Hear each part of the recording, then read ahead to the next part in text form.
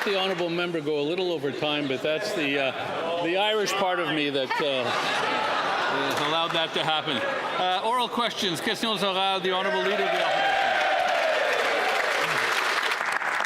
Only two types of people, those who are Irish and those who wish they were, Mr. Speaker. The Prime Minister flip-flopped 4 times on Iran, Mr. Speaker. But here, these flip-flops are even worse. The Liberal government is denying a report from Global News that says that there are 700 agents of the Iranian regime that are here in Canada. Yesterday, they admitted that 239 of them have had their visas withdrawn, but only 1 has been removed. So there are about 238 regime agents here in Canada. And when we see terrorist attacks against synagogues and elsewhere, we wonder, will the Prime Minister flip-flop again, or will he explain to us how many agents of the Iranian government are here threatening Canadians? The Right Honourable Prime Minister. Thank you, Mr. Speaker. This is a very serious situation. The government has already prevented 10,000 Revolutionary Guard members from this country. There are 170 investigations underway, and as the Minister of Public Safety just said, there are 28 that are currently being reviewed intensively. The opposition. Mr. Speaker, the Prime Minister had 4 flip-flops on Iran in just the same number of days. This is a pattern. He's also flip-flopped on oil and gas. He wrote a book called Values, in which he said he wanted to keep 50% of our energy in the ground. He said in that book he wanted to raise carbon taxes. And then he claimed that he had flip-flopped on that, while he's since kept in place every anti-development law that Trudeau passed. He has renamed the carbon tax, and he's brought in an industrial carbon tax that has driven away an $8 billion project. So will he flip-flop again, reverse these Liberal policies so that we can actually supply the world with the energy it needs in this critical time? The Right Honourable Prime Minister. Mr. Speaker, I appreciate receiving this gift on this day honoring Ireland. Canada is increased at record levels our oil exports. Canada has approved under this government Silicon. Canada has approved and started one of the biggest LNG. Canada is working to the lowest carbon LNG and the lowest carbon oil exports in the world. We will maintain and increase our competitive position. We're driving straight forward. Hear, hear. The Honourable Leader of the Opposition. Speaker, he's driving in circles. He said that he did not want, he wanted to keep 50% of our oil in the ground. He supported blocking the pipeline to the Pacific. He's not approved a single oil pipeline, and his major projects office has not approved a project of any kind. He's just tried to take credit for a project approved by Prime Minister Harper. Next, he'll be trying to claim credit for the Canadian Pacific Railway. So will the Prime Minister flip-flop again? Reverse his support of an industrial carbon tax, the Liberal anti-development laws, and get out of the way so that we can build pipelines to the Pacific, power paychecks for our people. The Right Honourable Prime Minister. Mr. Speaker, as I said in my book, as it is the policy of this government, we want the lowest risk, the lowest carbon, the lowest cost oil and gas, and that's what makes ours competitive. That's the story of Canadian LNG. That's the story of the MOU with Alberta. That is the story of Bay du Nord. That is how you drive the country forward, not off a cliff like the member opposite. I'm hearing a little too much of the member for Vernon Lake Country, Monash. The Honourable Leader of the Opposition. Mr. Speaker, the world cannot put meaningless pieces of paper and meaningless MOUs in their gas tanks. They need real energy that comes out of our ground. Now, the Prime Minister said he wants to keep it in the ground, and yet today we had the hilarious spectacle of the Liberal Natural Resource Minister saying Canada will do what it can to help with its stockpiles for the current energy shortage. Our stockpiles are zero, Mr. Speaker. So will the Prime Minister flip-flop again, adopt my policy that we should have a strategic oil and mineral reserve so that we can supply the world in the future? The Right Honourable Prime Minister. Mr. Speaker, there's many policies of the member opposite I will not adopt. One of them is flip-flopping, jumping around, searching for ridings every election. The second thing I will not adopt is the importance of having the most competitive oil and gas in the world. Our oil exports have never been higher under this government, over 5 million barrels per day, and they will increase because they will be low carbon, low cost, low risk. Hear, hear, hear.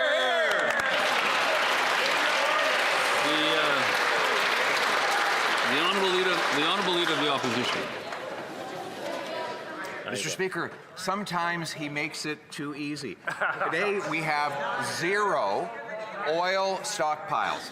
We have a strategic maple syrup stockpile, Mr. Speaker, which the Prime Minister could use to put maple syrup on the pancakes that he flip-flops on. But, Mr. Speaker, we don't have any oil to supply to the world in the time of this crisis. Will he reverse the anti-development policies that he has supported that has come from the previous Liberal government in order to unlock our production, power the world, and the paychecks here at home? The Right Honourable Prime Minister. Mr. Speaker, this is the way the G7 oil reserve works. If you're an importer, you have to have an oil reserve. If you're an exporter, which Canada is under this government, if you have record exports, which Canada is under this government, that is how you supply the world. I salute the work of the Minister of Natural Resource and the Minister of Finance, working with G7 counterparts, confirmed with my G7 leader counterparts today to release 400 million barrels from that strategic reserve that Canada. The Honourable Leader of the Opposition. To release 400 million barrels of oil from that strategic stockpile, how many of those are coming from Canada? Exactly zero. And the Prime Minister's excuse, the reason why we have no stockpiles, he says, is because we're a producer of oil. This is exactly the opposite of logic. The United States is a producer of oil. They have stockpiles. We have reserves, which the Prime Minister is successfully keeping in the ground. Just last week, we saw an $8 billion project canceled under his watch. We're importing gas from Australia. Why won't he get out of the way so we can produce our own energy?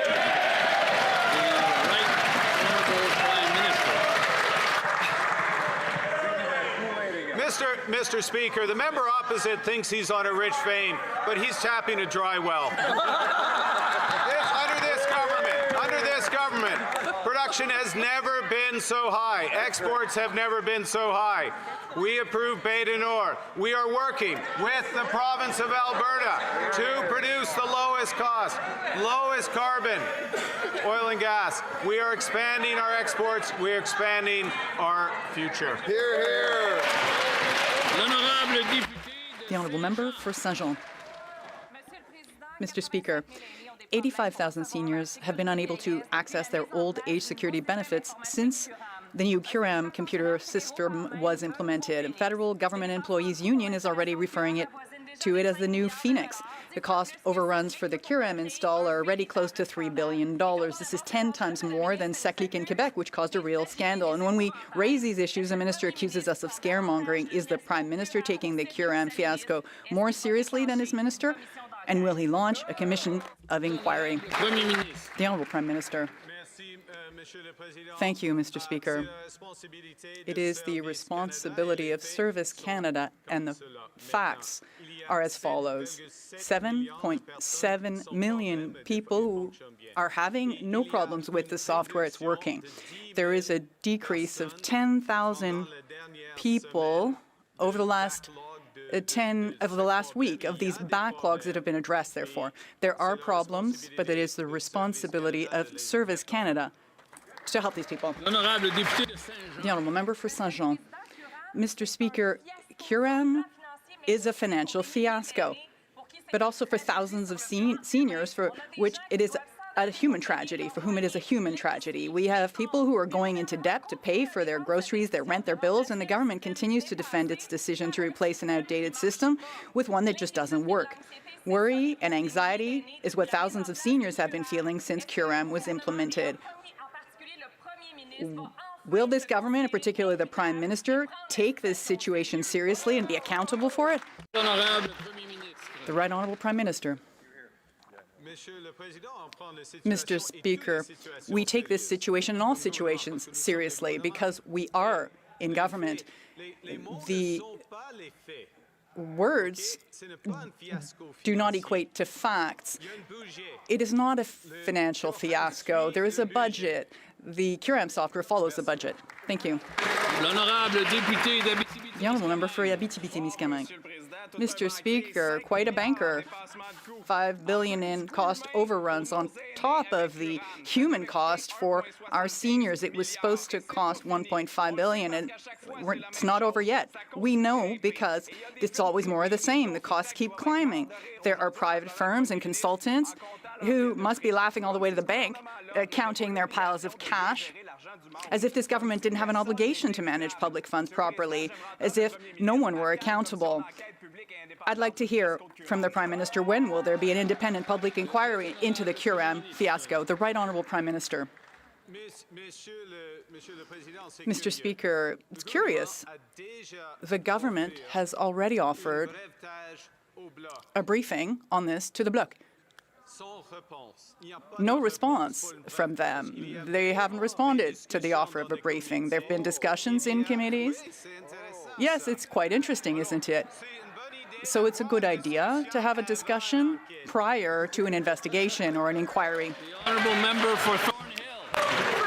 Years the Liberals have known that there are hundreds of Iranian regime officials here in Canada. 239 had their visas cancelled, and we just learned that the government managed to remove exactly one of those. Their excuse? They might claim asylum, there are no flights to Iran, we must protect their privacy. Meanwhile, an Iranian-Canadian critic of the regime has gone missing, and police are now investigating that as a homicide. Why are the Liberals protecting terrorists, and when will the minister finally have them removed? Good. Honourable Minister of Public Safety. Mr. Speaker, let's be very clear. Those who are senior members of the IRGC will be removed, Mr. Speaker.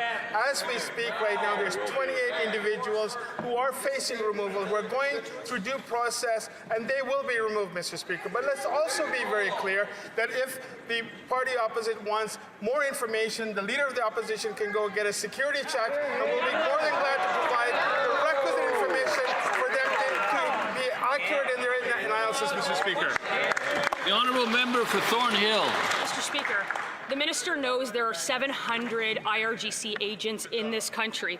And those are just the ones we know about. The minister knows that dissidents are being threatened. He knows that activist businesses are being shot out, and he knows that intimidation is happening under his watch. And yet, after 3.5 years, the Liberals have deported exactly one of those terrorists. So will the minister commit to returning to this House within 1 week with a plan to expel more than just one activist, regime activist?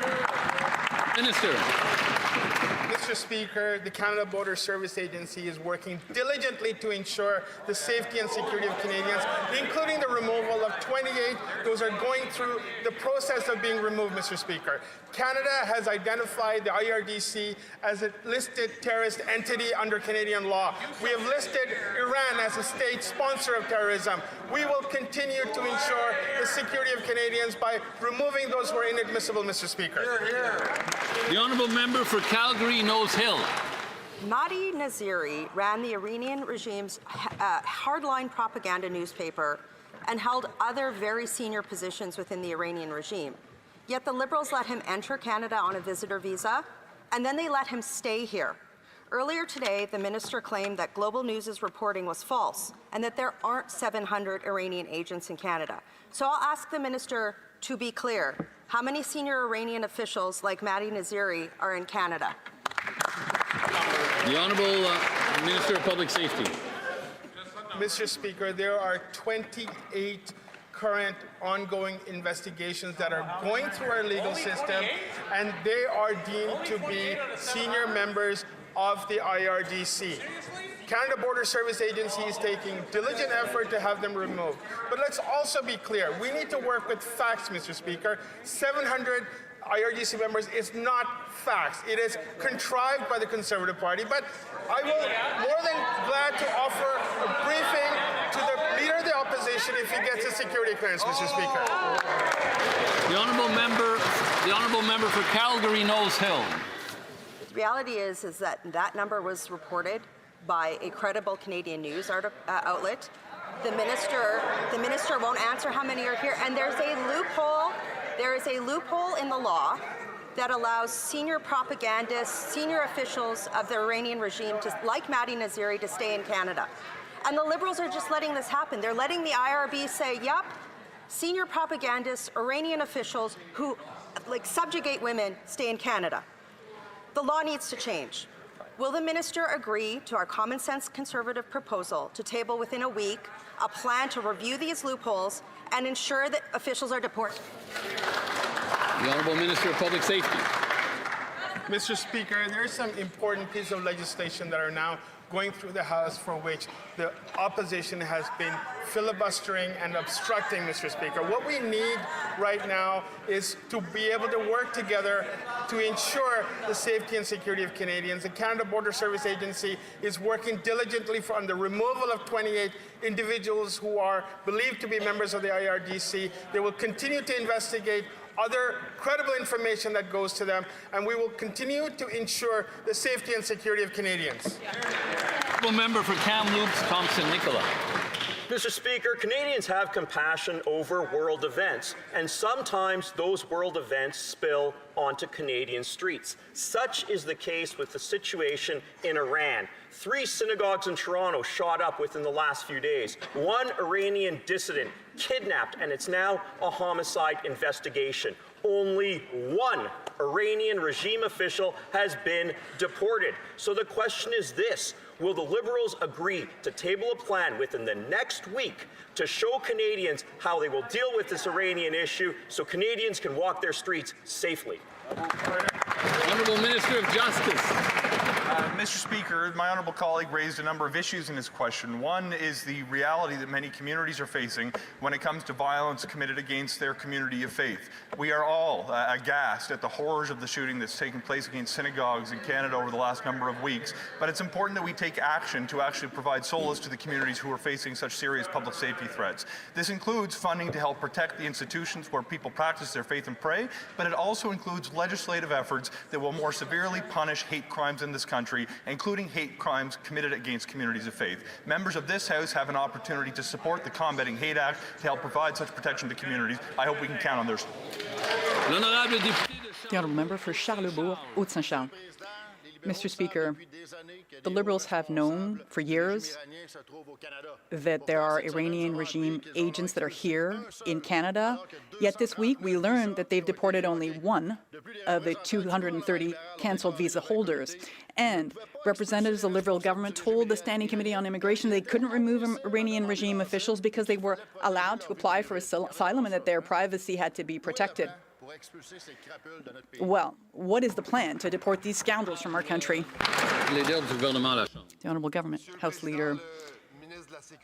Mr. Speaker, the Minister of Public Safety just expressed exactly what is being done to remove these individuals who are suspected of these actions. I would urge the colleague to support our Bill C9, which is before the House.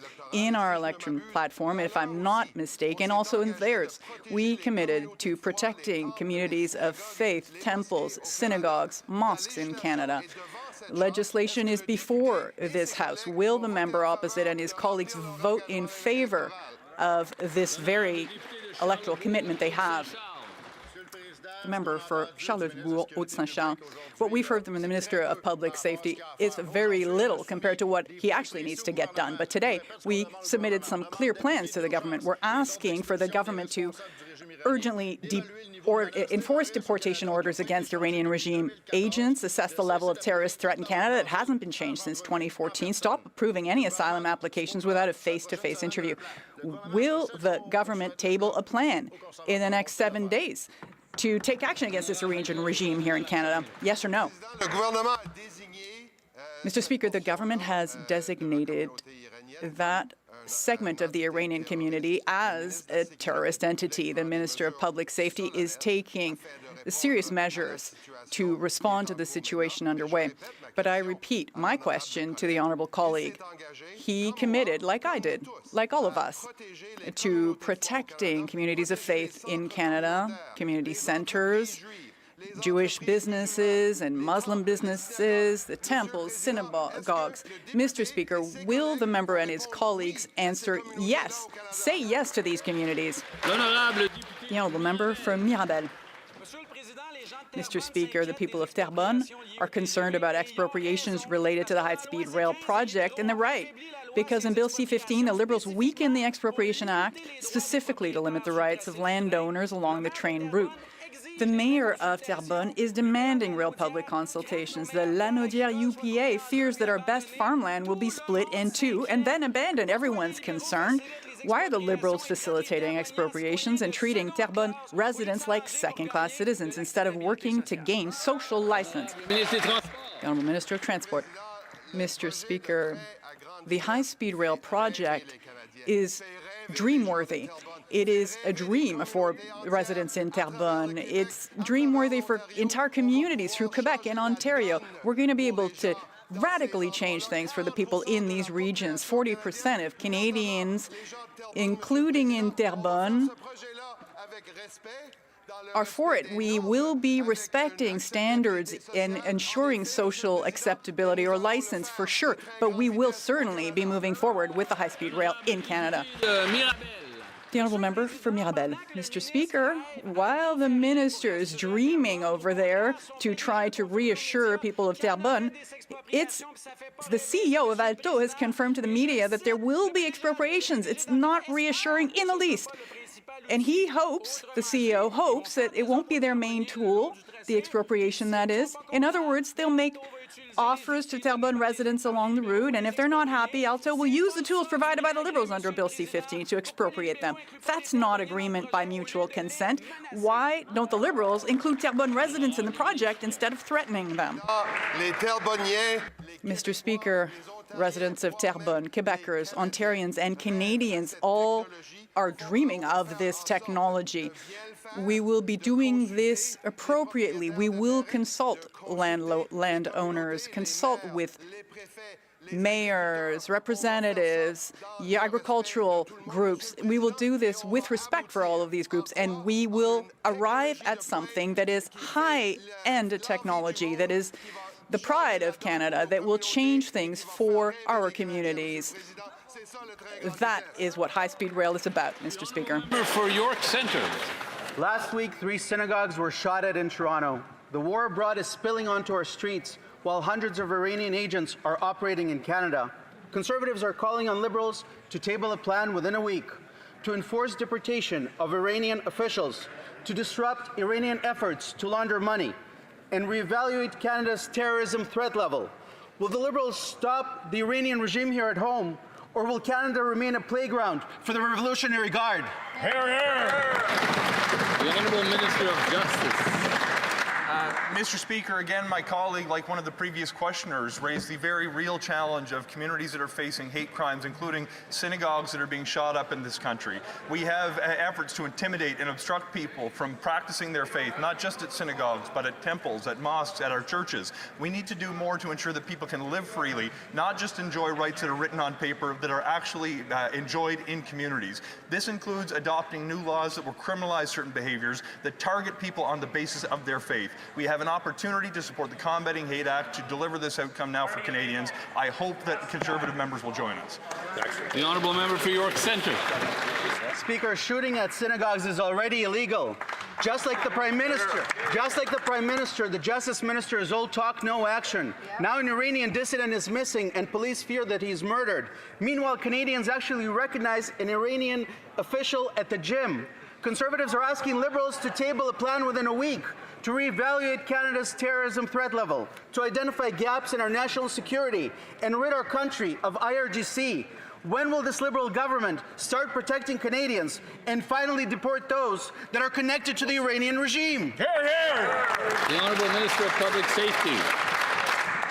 Mr. Speaker, our security threat levels are assessed by our agencies, our law enforcement agencies, including the RCMP and CSIS. It is not politicians who assess those threats, Mr. Speaker, and that is a very good thing. But let me also say that Canada Border Service Agency is taking every effort on the removal of those who are inadmissible to Canada, who are members of the IRGC. There's 28 of them that are now going through the process. We will ensure the safety and security of Canadians, Mr. Speaker, and we will ensure that those who are inadmissible to Canada will be removed. Member for Richmond Hill South. Never have foreign conflicts spilled onto our streets the way that they have under this Liberal government. 3 separate synagogues were shot at in a week in the GTA. An Iranian dissident in BC has gone missing, and police are investigating it as a homicide. An Iranian dissident in Thornhill had his boxing gym shot up 17 times the day after organizing a rally in Richmond Hill. Canadians are watching violence and intimidation spread in their own communities while the Liberals sit back and do nothing. Will this Liberal government table a plan to take action against the Iranian regime operating here at home so that Canadians can feel safe on our own streets? The Honourable Minister of Public Safety. Mr. Speaker, I've had the opportunity to visit 2 of the synagogues that were attacked last week, Mr. Speaker, and it is deeply heartbreaking to see that their sense of security has been breached. As a government, we're taking decisive action, including $10 million that was just announced to ensure the coordination of security efforts in places of worship as well as other community centers within the Jewish community. But that's not enough, Mr. Speaker. We also have legislation in front of the House, which is C9, which the Jewish community has been asking for us to pass, and I urge the party opposite to pass it forthwith. The Honourable Member for Richmond Hill South. Mr. Speaker, Canadians don't need more photo ops, they need results. This week, we learned the Liberals have only removed 1 IRGC official after nearly 4 years. At the House Immigration Committee, Liberal officials said that they couldn't deport them because there were no flights to Iran and because they needed to protect their privacy. Conservatives are calling for the enforcement of deportation orders for Iranian regime officials, close loopholes which allow human rights abusers to be admitted, and crack down on the regime money laundering in Canada. I'm going to ask again, when will this Liberal government implement the Foreign Influence Registry, stop rubber stamping refugee claims without in-person interviews, and finally deport the regime agents terrorizing our community? The Honourable Minister of Justice. Mr. Speaker, as has been litigated during the debate in this chamber already today, the IRGC has been listed, and that carries with it certain consequences about the inadmissibility of certain individuals. Their files are reviewed, and people who are not allowed to remain in Canada will in fact be removed. The concern underlying the questions in the House of Commons today, though, have to do with the safety of Canadians, including the safety of Jewish Canadians to practice their faith freely during a context where synagogues are being shot up. There is a piece of legislation, the Combating Hate Act, Bill C9, that has been before this House. We have an opportunity to offer protection that communities are asking for. It is a shame that the party opposite will not listen to Jewish Canadians and do what they're asking. The Honourable Member for Windsor West. Mr. Speaker, Canada's sovereignty is not negotiable, but foreign conflicts are spilling onto our streets. 3 synagogues have been shot up this past week. An Iranian dissident has disappeared and police think he may have been killed. But the Liberals are patting themselves on the back because they removed 1 Iranian official linked to the IRGC. There's hundreds more on our streets. The number 1 job of any government is to protect its citizens. They're not doing that. Will this Liberal government table a plan within 1 week to deal with the Iranian agents in our country, on our streets? It's about time they did that. The Honourable Secretary of State for Combating Crime. Mr. Speaker, we do have a plan. That is why we listed the IRGC as a terrorist entity. This provides our law enforcement and CBSA with the tools to hold people inadmissible in our country and then remove them. CBSA is working through the files, and they are removing those with links to the IRGC, Mr. Speaker. This is a plan. Along with that, we are protecting our institutions. We just made an announcement for $10 million extra today to make sure that our religious communities are safe. Honourable Member for Nunavut.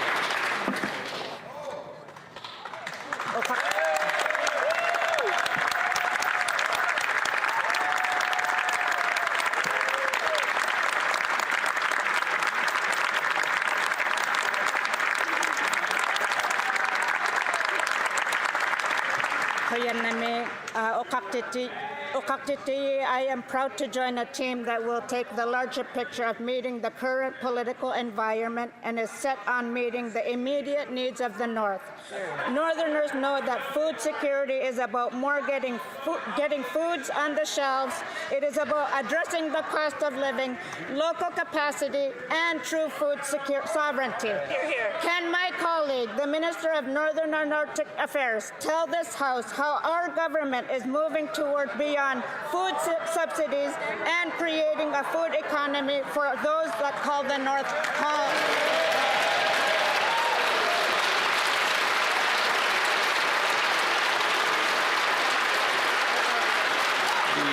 Honourable Minister of Northern and Arctic Affairs. Mr. Speaker, let me start by welcoming the member of Nunavut to this side of the House. And I also want to acknowledge her strong advocacy for the North, and we know that a subsidy alone will not solve the food insecurity issue in the North.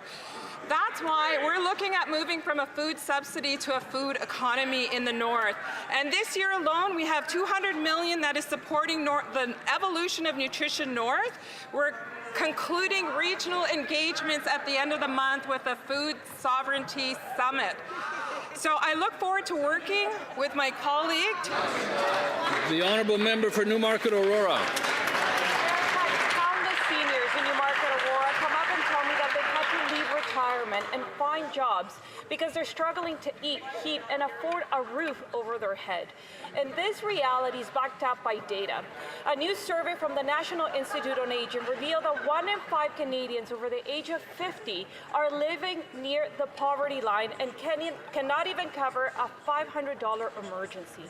So when will the Prime Minister stop punishing seniors and scrap inflationary Liberal taxes that are making life so unaffordable? The Honourable Minister of Energy and Natural Resources.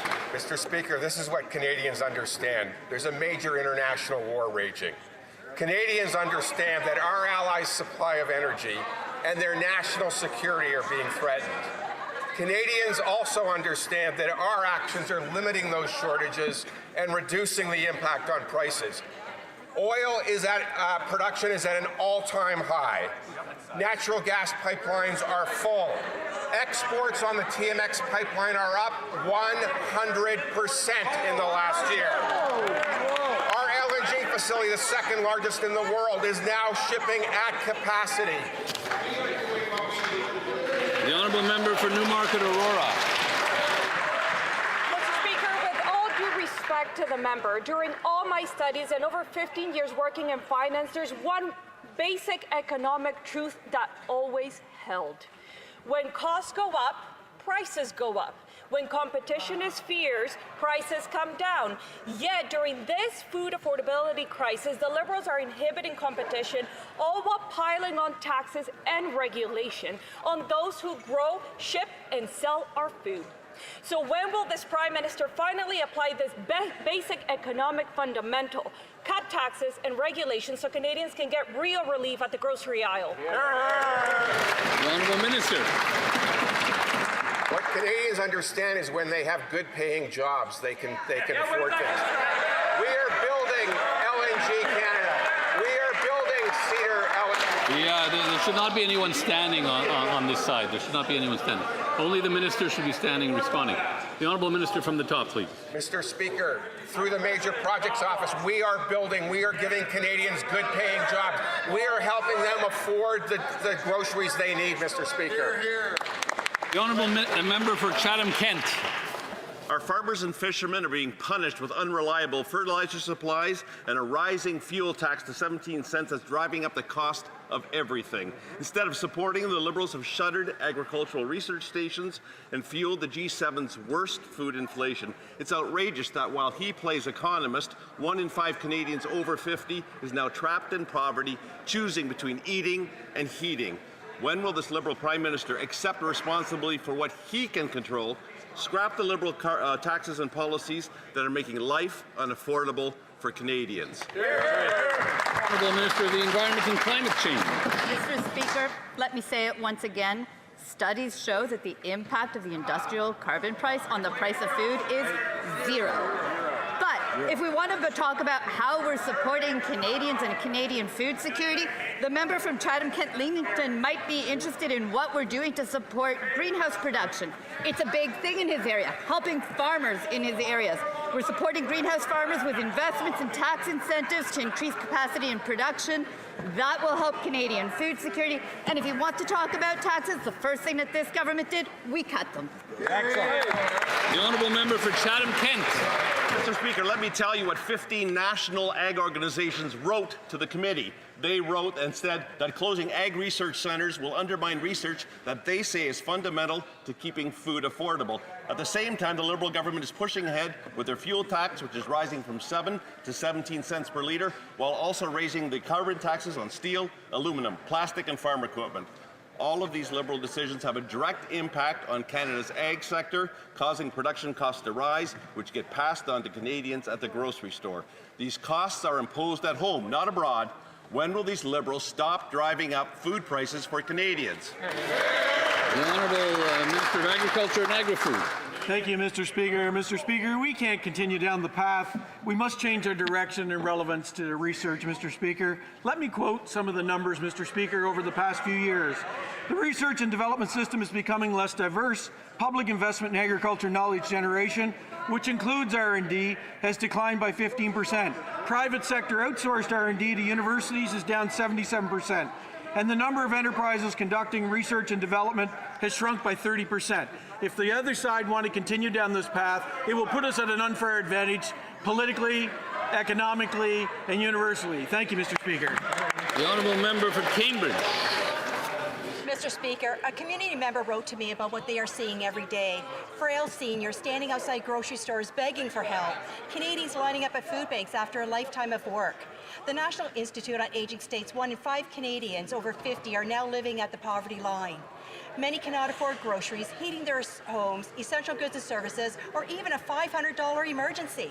Rising costs are not driven by events abroad. They are the result of policies imposed here, at home, that continue to make life more expensive. Are the Liberals really telling Canadian families and seniors that they should just lower their standards and accept that life is permanently unaffordable? The Honourable Secretary of State for Seniors. Mr. Speaker, Canadians elected a government that they know they can rely on to support the social fabric of this country, including supporting our seniors. That's why we introduced legislation to reduce taxes for nearly 22 million Canadians. We made the National School Food Program permanent. We launched the Canada Disability Benefit. We ensured that old age security would continue for those who are 65. And let me tell you what seniors like Dava Houston are saying. I'm seeing a lot of talk from the Conservatives about the grocery rebate helping no one. As a senior, I disagree. This benefit is specifically targeted to help those of us on fixed incomes. The honourable member for Hastings, Lennox and Addington, Tyandanega. 1 in 5 seniors can't afford necessities like food and housing. Women, renters, and seniors with health challenges are being hit the hardest, living at conditions comparable to the poverty line, Mr. Speaker. This Liberal government often blames global pressures when the fact is Canada has the worst food price inflation in the G7. Their Prime Minister's rebranded carbon tax, now increasing to 17 cents a litre, is a policy entirely within his control. Will the Prime Minister take responsibility, scrap the taxes and cut regulations that are driving up the food prices, and start making life more affordable for Canadians that are struggling? The Honourable Minister of Jobs and Families. Speaker, just yesterday I heard a Conservative member of Parliament say that helping people was ideological. So maybe they should get together and talk to each other. Because if you think that helping people fix their teeth is ideological, or feeding a hungry kid at school is ideological, or cutting taxes is ideological, or having childcare that costs people $16,000 less a year is ideological, then I actually think you're out to lunch. Speaker are out to lunch. Certainly not You're me. out to lunch. Certainly not. The member didn't mean me. Buckley might be out to lunch, but not the Speaker. The honourable member for Richmond Centre, Marlpole. Mr. Speaker, what happens abroad may be beyond our control, but the Liberal policies making life more expensive are not. Our seniors are paying the price. Seniors being forced to work with retirement slipping further out of reach. The National Institute on Aging reports that 1 in 5 Canadians over 50 is now living on the poverty line. Yet the Liberals are making it worse by sneaking in carbon taxes that drive up the price of essentials. When will the Prime Minister take responsibility for what he can control and scrap the Liberal policies that are making life unaffordable for Canadians, including seniors? The Honourable Parliamentary Secretary. The member talks about seniors who are struggling in his community. They're struggling in my community too. We have to acknowledge that. At the same time, what do we do to help those seniors? We put forward a serious plan for the future, an opportunities agenda that is focused on getting our resources to market, building up the infrastructure to do it. That's how you build an opportunities agenda, as I say, that has purchasing power attached to it because it leads to jobs. We talk about the programs, pensions that they want to cut, by the way. All of that relies on a strong economy. That's exactly what this government is focused on delivering. The Honourable Member for Bellechasse-Lévis. Mr. Speaker, according to the National Institute on Aging, 1 in 5 Canadians over 50 is now living in conditions comparable to the poverty line. Meanwhile, the Prime Minister is pursuing his fuel regulations. The cost is going from 7 to 17 cents. When will the Prime Minister finally step up, stop denying reality, and get rid of these taxes that are making Canadians and Quebecers poorer? The Honourable Minister of Climate Change and the Environment. Mr. Speaker, once again, I must say very clearly that studies show that the industrial carbon tax does not cause food prices to go up. The impact is zero. Let me be very clear for everyone who's listening. But what we are doing is that we are investing in farmers throughout the country to ensure that we have good food for everyone in the country. The Honourable Member. Zero, Mr. Speaker, is actually their grade. Canada has the worst food inflation in the G7, and the government keeps ratcheting up the industrial carbon tax on steel, aluminum, plastics, and agricultural equipment, which is making costs go up throughout the supply chain. When will the government finally get rid of these taxes on food so that Canadians can finally have a more affordable lifestyle? The Honourable Secretary of State. Well, I don't think our score is zero, Mr. Speaker. All that we've done since we were elected was to give more purchasing power to Canadians, especially seniors. Once again, the Canada Child Benefit, yes, that's not for seniors, but it does represent significant gain in purchasing power. And more recently, the groceries and the groceries benefit will give people more. Can the minister tell the House how this project will help seniors? L'honorable ministre du Logement et de l'Infrastructure. The Honourable Minister of Housing and Infrastructure. Thank you for the question. The Drummondville project is a real milestone for affordable housing for seniors, with 100 units now open. The new building is part of our efforts to make housing more accessible. It represents concrete progress to meet the needs of seniors in the region. And I would encourage all of my colleagues to support the Build Canada Homes Act to give us more tools. The Honourable Member for Riding Mountain. Mr. Speaker, a peer-reviewed study published yesterday in a world-leading scientific journal found that closing a supervised drug consumption site led to no increase in deaths and no increase in emergency room visits. In fact, after the drug site closed, users were more likely to access life-saving addiction treatment. Wow. Every single drug consumption site in Canada exists only because the health minister approved them under federal law. The minister claims to follow science, so does she accept the science that proves consumption sites are not the solution to addiction? Great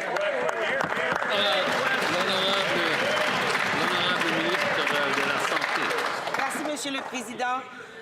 Comme mon collègue le sait déjà, je l'ai répété plusieurs fois, il n'y a pas une seule solution pour résoudre cette crise. Et c'est sûr, il y a différentes recherches qui montrent plusieurs résultats. L'interprétation ne fonctionnait pas. Est-ce que The interpreter apologizes. The microphone was off. Yeah, for sure, from the top. Est-ce que c'est revenu, l'interprétation, ça fonctionne? Interpretation is Ok, back. alors, dès le début, s'il vous plaît. From the beginning again, please. Merci, Monsieur le Président. Thank you, Mr. Speaker. Écoutez, comme mon collègue le sait déjà parce que je lui ai dit plusieurs As fois, I've il y a told my beaucoup colleagues d'études several différentes times, qui montrent des a résultats number of different différents studies sur la show question different des results de consommation on the supervisée. matter of supervised Et consumption comme il le sites. sait, il n'y a pas une seule And as my solution colleague knows, there is not one single solution to this question. de consommation supervisée, c'est pour sauver des vies. Supervised consumption sites pas les traitements. are there to save lives, which doesn't mean that we can also have other kinds of treatment. Everything can be done at the same time. Mr. Speaker, this is the first study in Canada to use individual level linkable health data. That means for the first time, we can see exactly what happened to the people who use these sites. Every drug consumption site in Canada operates under an exemption granted by the federal health minister. So, if the research now says that closing a drug consumption site leads to more people getting life-saving treatment and no increase to deaths, why on earth is this minister still approving them? Merci, Monsieur le Président. Alors, mon Thank collègue you, va Mr. savoir Speaker. que cette ministre-là fait ses exemptions chaque fois que les My provinces colleagues should financent know ces that centres the de supervision, exemptions de are when the consommation provinces that supervisée fund the financent supervised ces consumption projets sites après consultation fund those avec projects leur after propre- consultation leur propre with their environnement. own Donc, moi, je vais vous dire stakeholders. que, comme je l'ai déjà dit, As oui, I've said before, on a ces centres pour sauver des vies, mais aussi yes, on we are travaille sur les saving lives with these sites, but also we are working hard on treatment. The Honourable Member for Montmorency-Charlevoix. Mr. Speaker, this is another failed Liberal drug policy experiment. The Liberals promised that injection sites would reduce overdose deaths. But in BC, deaths have skyrocketed by 400%. And in Quebec, deaths have doubled. More than 50,000 Canadians are dead. And now, a key study from Alberta shows that closing an overdose prevention site did not lead to an increase in deaths, and in fact, more people eventually sought treatment. How many Canadians have to die before Liberals finally put an end to this? Admit that they made a mistake, and finally take a different prevention-based approach. The Honourable Minister of Health. Mr. Speaker, it's very clear that we can walk and chew gum at the same time, which means that at the very same time that we can save lives through supervised injection sites, we can also offer treatment and prevention programs. What's very clear is that we are working in close cooperation with all of the provinces in order to reduce drug consumption rates.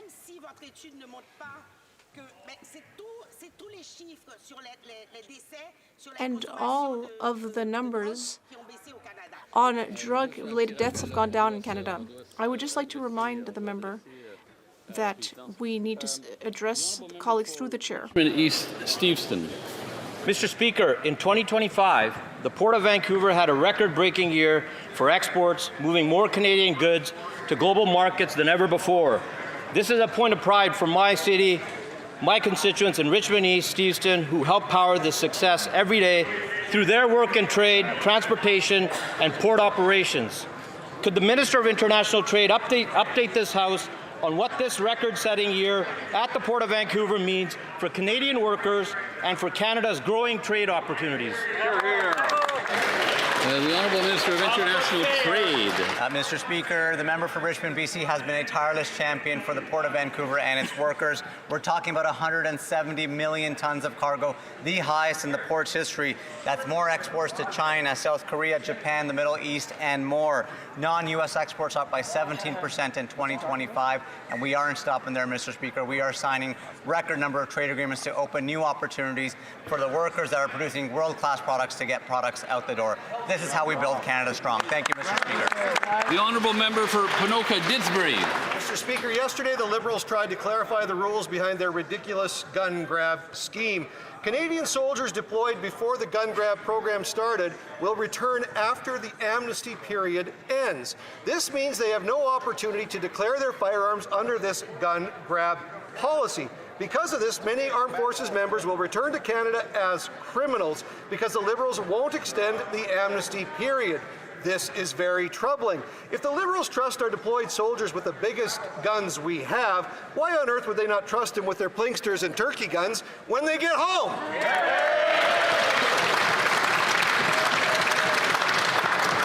The Honourable Minister of Public Safety. Mr. Speaker, I want to thank the over 42,000 firearms that have been enrolled, Mr. Speaker, on the compensation program. Those correspond to individual law-abiding gun owners who are going to abide by the law, Mr. Speaker. The amnesty period, as you're aware, expires on October the 30th, and I look forward to ensuring that those law-abiding gun owners get the compensation that they deserve. The Honourable Member for Vancouver East. The Minister told a story about living within a lie in Davos and said the power of the less power starts with honesty. Former Liberal cabinet ministers Alan Rock and Lloyd Axworthy, who are honest with Canada's complicity in the killing of civilians, have come out publicly in support of Bill C-233.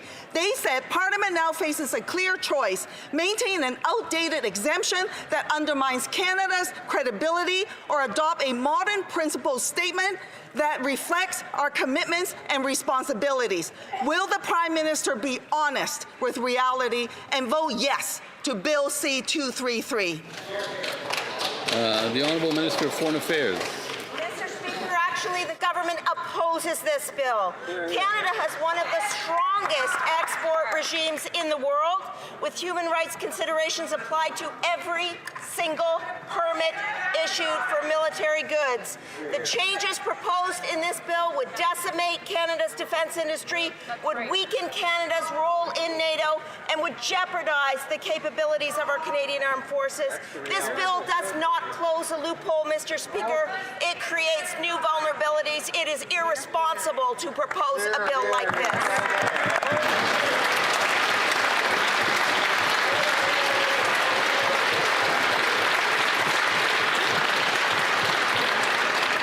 I wish to draw the attention of members to the presence in the gallery of Mr. Dara Kaliri, Minister for Social Protection